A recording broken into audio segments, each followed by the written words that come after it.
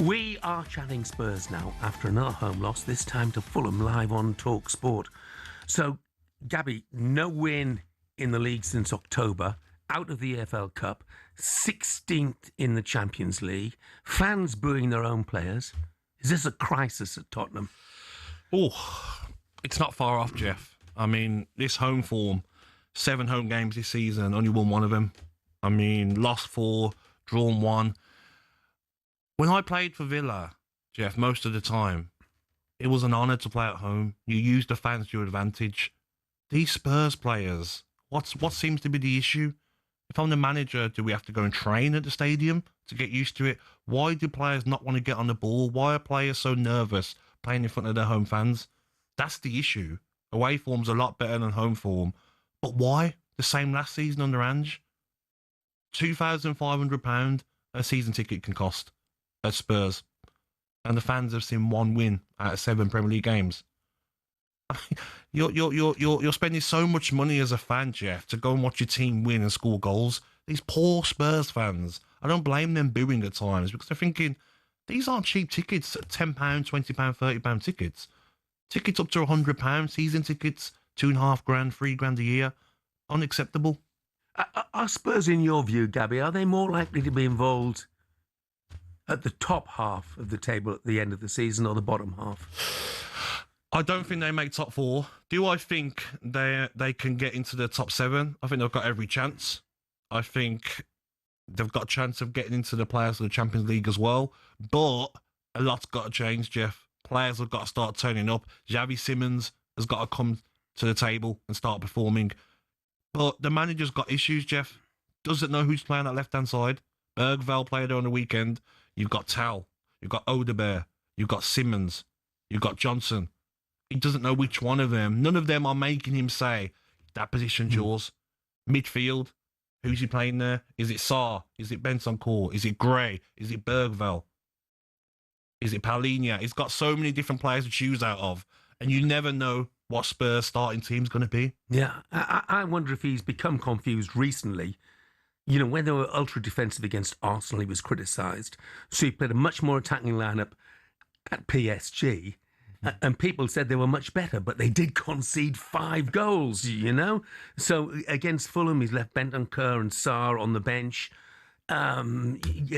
He does seem not quite to understand what he's trying to achieve at the moment. I totally agree. He looks very confused, doesn't he? Sometimes he's 5 at the back, then he looks like it's a diamond.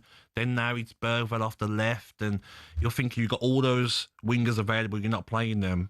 But also, Jeff, can it come down to the players a bit as well? You look at Fulham's first goal, and it's laughable, really, how the goals conceded the first one. It's like early on in the game, and you're thinking, oh, he'll clear it. Oh, he'll clear it. Oh, he'll clear it. It's a goal. And if you're at the stadium as a fan, you're thinking, what is going on with these players? You know, we spoke it off air, Richarlison. I'm watching him, and I'm just like, do something. You'll score the odd screamer every 3 or 4 games, but you don't hold the ball up. You can't run in behind. You're not quick enough. You're not strong. You roll around when no one's even touched you. Your own fans, your own players, your own physios don't even move when you go down now because it's the boy who cried wolf. Yeah. Like you need more from you. Kudos, great goal, but poor during the game. Udogie, not the same player. Porro, not performing, storming off after the game, having to go at Bergvall. There's problems there, Jeff, but the manager's got issues, but the players are not performing to the right levels. No, absolutely. You mentioned the first goal, but obviously the second goal has drawn a lot of attention, and Vicario's part in it. Now, look, clearly he was at fault. My view, for what it's worth, my view is that the Spurs defenders were at fault as well, because not one of them tried to get back on the line when everybody could see what was going to happen. But what it did was it meant that a section of the Tottenham fans, only a section, then booed Vicario during the course of the game. I know you say they pay a lot of money, and I know you say they have the right to boo, but during the course of a match? Listen, they're going to be frustrated, but I didn't like the booing of just one player. I get it if your team's not performing, everyone's getting booed. But that goal, Jeff, like, for one, left foot, clear it into Rosette and get back in position. 2, why are you jogging back into goal? Why are you not sprinting to get back in your goal, Vicario? And third, why are you screaming at Bergvall after the goal's conceded? You're the one that's at fault. And I agree with the defenders. They're probably thinking no one's going to shoot from there. They're jogging, not trying to clear the line. One of those goals that you watch back as a manager and you say, absolutely embarrassing from everyone involved. Yeah. Well, talking of managers, let's hear from the Tottenham boss right now. Thomas Frank was asked about the booing of his players, particularly Vicario, after his error gifted Fulham their second goal.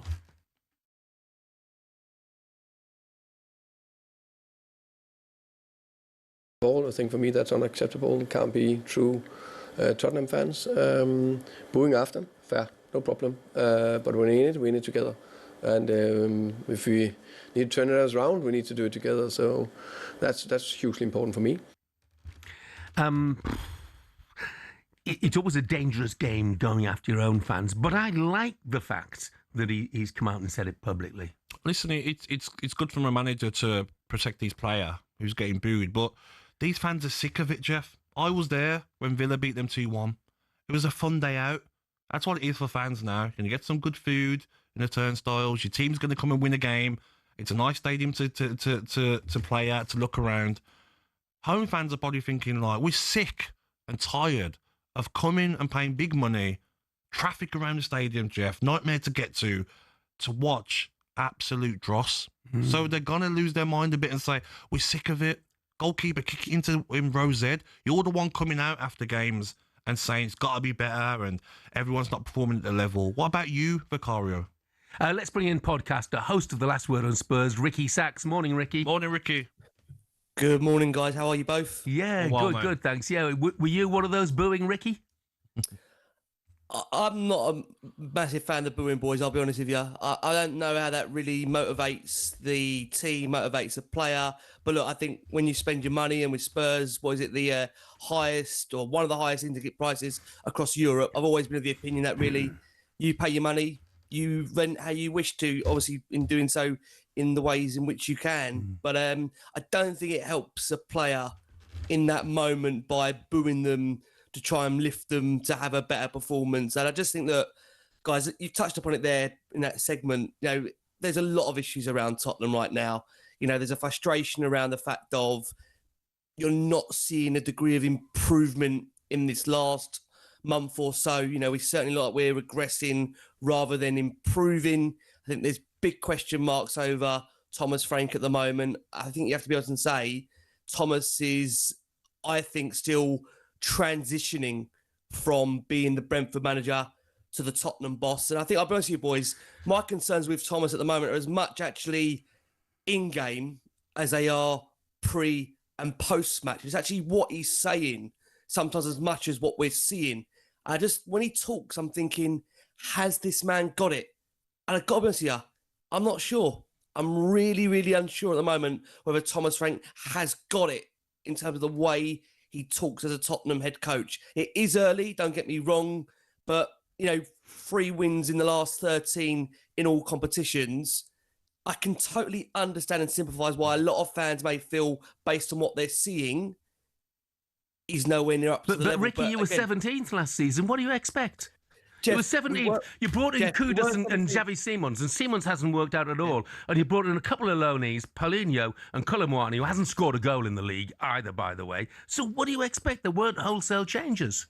Jeff, you're right. We were 17th, but we did also win the Europa League. Yeah, you had a phenomenally fortunate draw. Absolutely. And won the worst final in Europa League history. I tell you, go away. Look, the squad is nowhere near good enough. It's nowhere near the level of the likes of a Arsenal, a Chelsea, a Liverpool, a City. Don't get me wrong. But also, it's down to the manager to get the most out of what he's working with.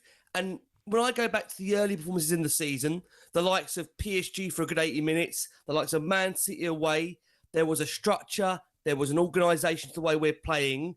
And if I fast forward 2 to 3 months on, it's pretty much the same group. Yes, granted, of course, he's got no Maddison, Kulusevski, Solanke, which he hasn't really had for the majority of the season. But the performances, boys, they're regressing. They're not improving. Ricky, when I watch Spurs at the moment, Porro, different player. dreadful at the moment. Udogie, since he's come back from injury, doesn't look like the same player that we're all buzzing off when he comes to the Premier League. I look at wingers. Bergwell off that left-hand side isn't working. You've got Tal, you've got Odebear, you've got Johnson, you've got Simmons. Which one of those players is going to really say, that's my position? Because Simmons comes on and he's doing these flicks and giving the ball away. And I'm thinking, I'm just so happy I'm not a Spurs fan, because I would have been screaming in that stadium saying, hold the ball, stop doing flicks. Look, Gab, the situation at the moment is that, for me, I look at the group of players that we've assembled and it's nowhere near the level of a top 4 squad. Let's make that very, very clear. But it's also a squad, in my opinion, that should also, be getting more out of it than what Thomas Frank is right now. And I think, let's be honest about it, I think Thomas is, struggling at the moment with regards to not having enough time on the training ground to maybe implement methods where he did have a week in between games like he had at Brentford. And there is also, I think, that level of expectation where I think for Frank, he is struggling with actually understanding and correlating the fact of what is expected as a Tottenham head coach. I'll just give you a quick example, if you don't mind. He came out a few weeks ago and said that in a perfect season, you'd have 10 to 12 very, very good games. 30 of the rest would be average, and the rest make that up. And it's a very bizarre comment to come out with that. I wouldn't expect the likes of Arteta, Pep, for example, Slot, the managers of that level, I don't think would come out with a statement like that. And that's why I just feel at the moment with Thomas Frank, I feel he's still trying to find his way into that transition of what it is to be the Tottenham head coach. And I will come back to this point. Everyone wants Thomas Frank to succeed, because if Thomas Frank succeeds, Tottenham succeed. But right now, based on what you're seeing, it doesn't look like at the moment we're making a huge amount of progress. And the problem is, at the moment with this new rebranded ENIC model with no Daniel Levy there, they turned around and said, just to be clear, the fans didn't, they turned around and said on the back of the Europa League success, that was going to be a springboard for more success. There was no mention of having to go through yet again some form of a rebuild. But what we're seeing right now is that the level of performances, effort, desire, commitment, they're just not up to standard. And again, alongside that, you've got players in the last few weeks that are blanking the manager. The body language doesn't appear to be good. You've got the fans that are having a disconnect with regards to the players. The players having a disconnect with the fans. The manager is coming out criticising the fans for some of them not being real fans. It just is that typical Tottenham malaise that here we are again. We're 3.5, 4 months into a new manager's reign. And it's like, it's Groundhog Day. It is literally Groundhog Day, boys. And I've got to tell you, if Thomas Frank in this next week, if we do not see an upturn in performances and results, I'm telling you, he's under massive, massive pressure, rightly or wrongly. This is the job that Thomas Frank has got himself into now. Ricky, love the passion. Well Thank said, you very mate. much Well indeed. spoken, mate.